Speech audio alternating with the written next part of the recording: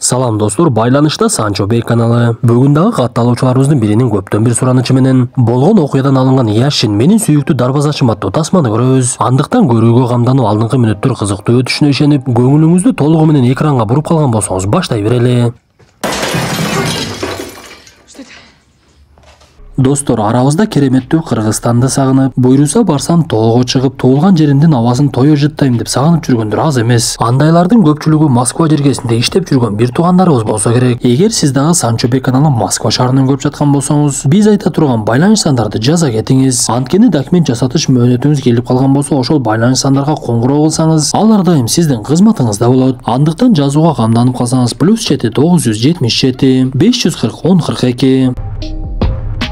1949 жыл Динамо футболчуларынын кичинекей тайпасы трактор футболчулар менен беттешке чыгып, Динамонун дарбазачысы Лев Яшин дагы ойноп жаткан. Ал өзүнүн мыкты оюнчу экендигин көрсөтүп, келген топторду такыр эле дарбазага киргизбей, бирок акырында шамал Яшиндин дарбазасы тарапка болуп жаткандыктан топтун багыты өзгөрүп, гол кирип кетет. Ошентип арадан бир жыл өтүп 1950 жыл. Бул убакта каарманыбыз дагы деле Динамо спорт аянтчасында машыгып, ал жерде машыктыруучуларына өзүн көрсөткүсү келип, оюн учурунда топ келе жатса дарбазаны таштап коюп эле топко чуркай берет. Бирок Яшиндин бул кылганы машыктыруучулар жакпай, сен дарбазаңды таштабагын десе, каарманыбыз аларга каяша сүйлөп, көп учурда оюн талаасынан четтетилип кала берчү. Бирок каарманыбыздын досу менен сүйлөшүп бара жатканынан ал футболду өтө жакшы көргөндүгүн түшүнөбүз. Ал досу Валудяга мен жөн эле дарбазада 3-чү штанга болуп тура бергим келбейт. Дарбазачы болсом дагы оюнчуларга кошулуп ойношум керек да. Машыктыруучулар аны түшүнбөй жатат деп сүйлөшкөнчө трамвай менен үйүнө кетип, эртеси күнү оюн болуп жаткан учурда дарбазачынын артына туруп алып машыгып жаткандыгын көрөбүз. Бул учурда дарбазада Динамонун башкы тайпачысынын дарбазачысы Алексей турган. Каарманыбыз аны карап эмне кыймыл кылса ошону турап үйрөнгүсү келип, бир кезде Алексей өзү дагы Яшиндин кыймылдарын байкап калат. Ошондуктан ал машыгуу бүткөндөн кийин Яшин менен калып ага өзүнүн ыкмаларын үйрөтүп, эми дарбазага тур, мен тепкилейин деп эле канча жолу тепсе дагы Яшин дарбазага топту киргизбей коет. Муну көргөн Алексей каарманыбыздын келечеги бар экендигин түшүнүп калды окшойт. Ошентип күндөрдүн биринде Динамо менен Спартак бири-бирине беттешке чыгып, Динамо тайпасы 1-0 эсебинде алдыда бара жаткан. Бир кезде дарбазада турган Алексей бутунан катуу жаракат алып, оюнду уланта албай калып, машыктыруучу дароо эле кошумча оюнчу болуп турган Яшинди чакырат. Бул оюн каарманыбыздын мындай чоң деңгээлде биринчи жолу чыгышы болчу. Ошондуктан ал топтон эки көзүмдү албай оюнду жакшы көрсөтөйүн деп аракет кылып, адаттагыдай эле топ келе жатканда чуркап чыга коюп, өзүнүн тарабындагы коргоочусу менен сүзүшүп кетет. Убакыттан пайдаланган каршылаштары дарбазада эч ким жок болгондуктан гол сайып салышты. Ошентип оюн тең-тең эсебинде бүтүп, Динамонун колдоочулары жини келип, жада калса ал жерге келген генерал дагы бул дарбазачыны оюнга чыгарбагылачы деп эле ачууланып кетет. Оюндан кийин Яшиндин көңүлү түшүп, үйүнө жөнөп, биз ушул жерде каарманыбыздын атасы да, апасы да анын оюнуна каршы экендигин түшүнөбүз. Анткени атасы эки чөйчөк алып баласына агынан куюп берип, элдин балдары завод фабрикаларда иштеп кесиптин ээси болуп жатат. Сен болсо дагы деле тобуңду тепкилеп жүрөсүң. Ушунуңду токтотсоң болбойбу десе, каарманыбыз жини келип эле 10 граммдыкты көтөрүп жиберет. Яшин бир күнү оокаттын мыкты сортундагы алмаларды көтөрүп алып ооруканага келип, буга чейин бутунан жаракат алып ооруканага жатып калган Алексейге жолугуп кечирим сурайт. Анда Алексей ага таң калып, сен кызык эле неме экенсиң, Кыргызда топ томолок деген сөз бар. Оюнда гол деген кирет да, ага көп деле башың оорутпай эле койчу. Аркадагыны унутуп алдыга жылыш керек десе, Яшин көп ойлонуп, менден футболчу чыкпайт окшойт деп, хоккейге өтүп, хоккей оюнчуларынын дарбазачысы болуп калат. Бул убакта арадан 3 жыл өтүп 1953 жыл келген. Яшин бул убакта хоккейде көптөгөн ийгиликтерге жетип, спорттун чеберине айланып, жакында СССРдин башкы тайпасына кошула турганда болуп калган болчу. Бир кезде эле ал жерге Динамо футбол тайпасынын башкы машыктыруучусу Михаил келет. Көрсө ал каарманыбызды кайрадан өздөрүнө алып кетүүнү чечиптир. Ошентип Лев Яшин кайрадан футбол аянтчасына кайтып, мурдагыдай эле дарбазачы болуп машыгуусун баштайт. Бир кезде башкы машыктыруучу анын жанына келип, футболдо бир эле дарбазачы ойнобойт да. Сен аянтчада өзүңдүн оюнуңду алып жүрүшүң керек. Башкалар өздөрүнүн ордунда ойношот, сен болсо коргоочунун милдетин дагы өзүң алып алыпсың. Сен топ кайда болсо ошол жакка чуркабай, топтун кайда келишин күтүшүң керек. Ошондо ийгиликке жетесиң деп Яшинге оюндун тартибин мыктылап түшүндүрүп, каарманыбыз ошондо гана футболго болгон көз карашын өзгөртө баштаган. Бул убакта Яшин жөн жүрбөй Валентина деген кыз менен таанышып, экөө жигит кызга айланып, бош убактысында сейилдеп Ала Тоо аянтына чыгып турушчу. Бир күн эле каарманыбыз машыгууга келип, ал жерде ызычууга күбө болот. Көрсө бул убакта Динамонун башкы дарбазачысы Алексейдин жашы өтүп калгандыктан ал оюндан четтетилип, Алексей ачуусу келип кыйкырынып эле ал жерден чыгып кетиптир.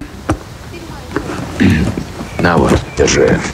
Алексей кетердин алдында каарманыбызга өзүнүн чемоданын белек кылып, мен сенин келечегиң бар экендигин көрүп турамын. Сен буйруса СССРдин башкы тайпасына чейин чыгасың. Бирок билип койгону, футбол бул жөн эле оюн эмес. Сен ойногон кезде артыңда бүткүл өлкөң карап тургандыгын түшүнүп ойно. Анткени ар бир жеңиш сайын сен аларга үмүт бересиң деп жакшы сөздөр менен коштошуп, каарманыбыз Динамонун башкы тайпасынын дарбазачысына айланып, 1954 жылы Динамо Торпедо менен беттешке чыгат. Анда Динамо 2-0 эсебинде жеңип бара жаткан. Анткени Лев Яшин алардын дарбазасына келген бир дагы топту киргизбей, элдин бардыгын суктантып, жада калса 11 метрден тепкен топту дагы тосуп коет. Ошол жылы Динамо футбол тайпасы СССРдын чемпиондугуна чейин жетет. Бул жылдар аралыгында каарманыбыз Валентинага үйлөнүп,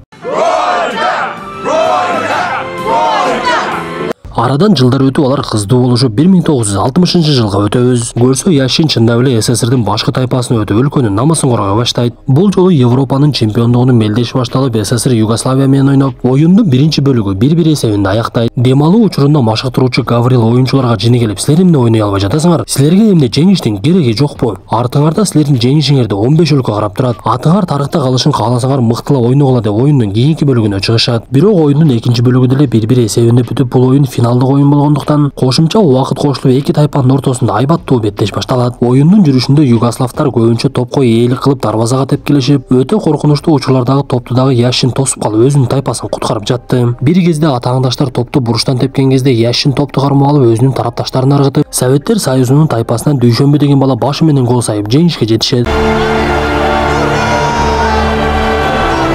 Ошентип 1960-жылы СССР Европанын чемпиону атыгып, каарманыбыз ал тарапта дагы жылдызга айланып кетет. Оюндан кийин жеңиштин урматына майрамдык уюштурулуп, каарманыбыз ал жерде автограф берип жаткан. Бир кезде испаниялык адам келип каарманыбызга котормочусу менен кайрылып, "Мен Испаниядагы Реал футбол тайпасынын башчысы боломун. Сиздин бизге өтүшүңүздү сунуштамак элем, канча акча десеңиз төлөп беребиз. Макул болсоңуз бул кагазга кол коюң" десе, каарманыбыз жанындагы машыктыруучусун карап, "Барнабеунун сунушуна көнбөй, мен Динамода эле калам" деп коет. Бирок чындыгында Динамода каарманыбызга кыйраткан деле акча төлөчү эмес. Анткени ал оюндан кийин аялына белек алып алайын деп шубага акчасы жетпей, аны менен бирге ойногондордон акча чогултуп шуба алганга туура келет. Ошентип каармандарыбыз Франциядагы оюнун аяктап Москвага учак менен келген кезде, биздикилер Олимпиадага баргандарды тосуп алгандай эле гүлдөр менен шаңдуу тосуп алышат. Эң кызыгы, Яшин аялын алган белеги жыртык болуп чыкты. Бирок аялы жыртыкка деле көңүл бурбай күйөөсүнүн алып келген белегине ыраазы болуп, "Мен ал жакты өзүм тигип аламын. Белегиңе рахмат" деп акчанын аздыгы экөөнүн бактылуулугуна тоскоолдук кыла алган жок. Вот человек, чемпион, а за молоком сам ходит. Ошентип жылдызга айланган Яшин кайда барбасын, аны адамдар тээректешип, каарманыбыз көчөдө деле ээн эркин баса албай калат. Арадан 2 жыл өтүп 1962-жыл келген. Бул жылы Чили өлкөсүндө дүйнөлүк мелдеш башталып, СССРдин дагы тайпасы барып, алар Чилинин футболчулары менен беттешип, оюн кызуу жүрө баштайт. Бир кезде каарманыбыз топту кармайын деп жатса, атааңдаштардын бири аны бетке тээп салып, соккунун айынан Яшин өзүн жоготуп, бир канча убакыттан кийин гана өзүнө келет. Өкүнүчтүүсү, Советтер Союзунун кошумча дарбазачысы жок болгондуктан каарманыбыз өзүнүн оюнун улантып, 20 мүнөттүн ичинде эле каарманыбыз тарапка 2 гол кирет. Ошентип бул жолу СССР тайпасы жеңилип калып, дүйнөлүк мелдештен четтетилип, спорт министри Мишурин кабарчыларга келип, "Силер күнөөнүн бардыгын Яшинге койгула. Ошонун айынан биздин тайпа жеңилип калды" деп жазыш керек деп айтат. Анан да ал машыктыруучу Гаврилге, "Сен Яшинди жок кылбасаң болбойт. Ал дарбазаны жакшы деле тоса албай калыптыр. Биз ошонун айынан жеңилдик. Алмаштырышың керек экен" десе, Гаврилдин жини келип унаадан түшүп калат. Ошентип бирде жигит төө менет, бирде жигит жөө жүрөт дегендей каармандарыбыз жеңип келген кезде аларды күл менен тосуп алышып, дүйнөлүк мелдеште жеңилип келсе аялдарынан башка эч ким келбей коет. Биз ушул жерде эркектер аялдарыбызга мыкты мамиле кылсак, алар бизди эч качан таштабастыгын түшүнсөк болот. Анткени жеңилип келгенден кийин каарманыбыздын үйүнө жада калса таштар да кыргытылып, гезитке дагы күнөөнүн баары Яшинде деп жазылып баштаган эле. Бирок аялы Валентина каарманыбыздын жанынан чыкпай ага күч кубат берип, бул күндөр дагы өтүп кетет деп дем күч берип турду.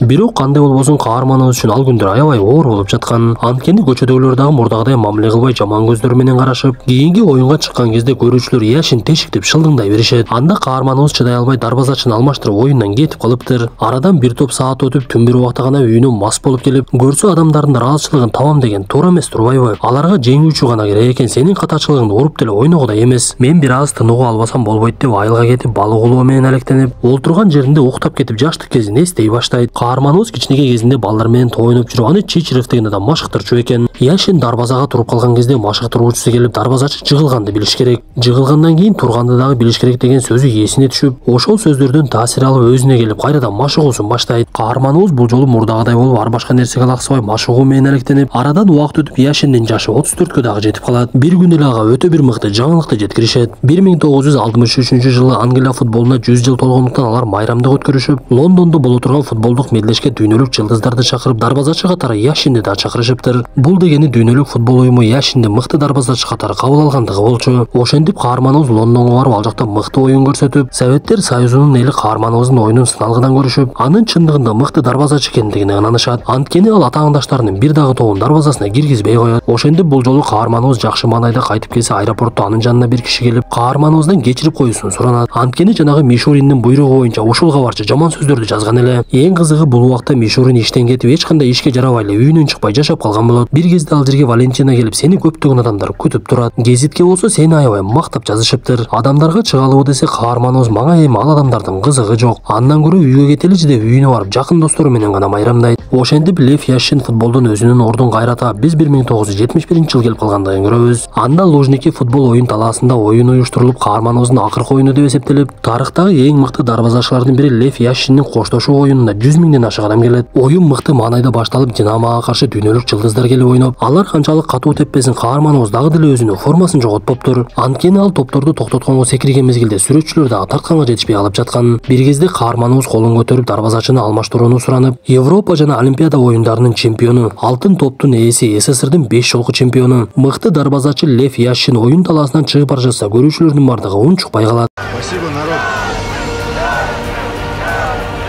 Ошентип каарманыбыз өзүнүн сүйүктүү кесибин аяктап чоң футболдон кетет. Тасманын аягында Лев Яшин улгайып калган кезде дагы бир жолу оюн талаасына келип, дарбаза жака басканча басып өткөн жолун эстейт. Ушундай мүнөттөр менен бүгүнкү тасмабыз дагы аягына чыгат. Тасмада так эле көрүнүп тургандай адамдардын эмес, жараткандын ыраазычылыгын издейли. Достор, анда эмесе тасма жакса мыкты белгисин басып, оюңуздарды сөзсүз калтыра кетиңиздер. Кийинки тасмадан жолугушканча ден соолукту жакшы карап, спорт менен машыгып ден соолугубузду ар дайым бекемдей жүрөлү.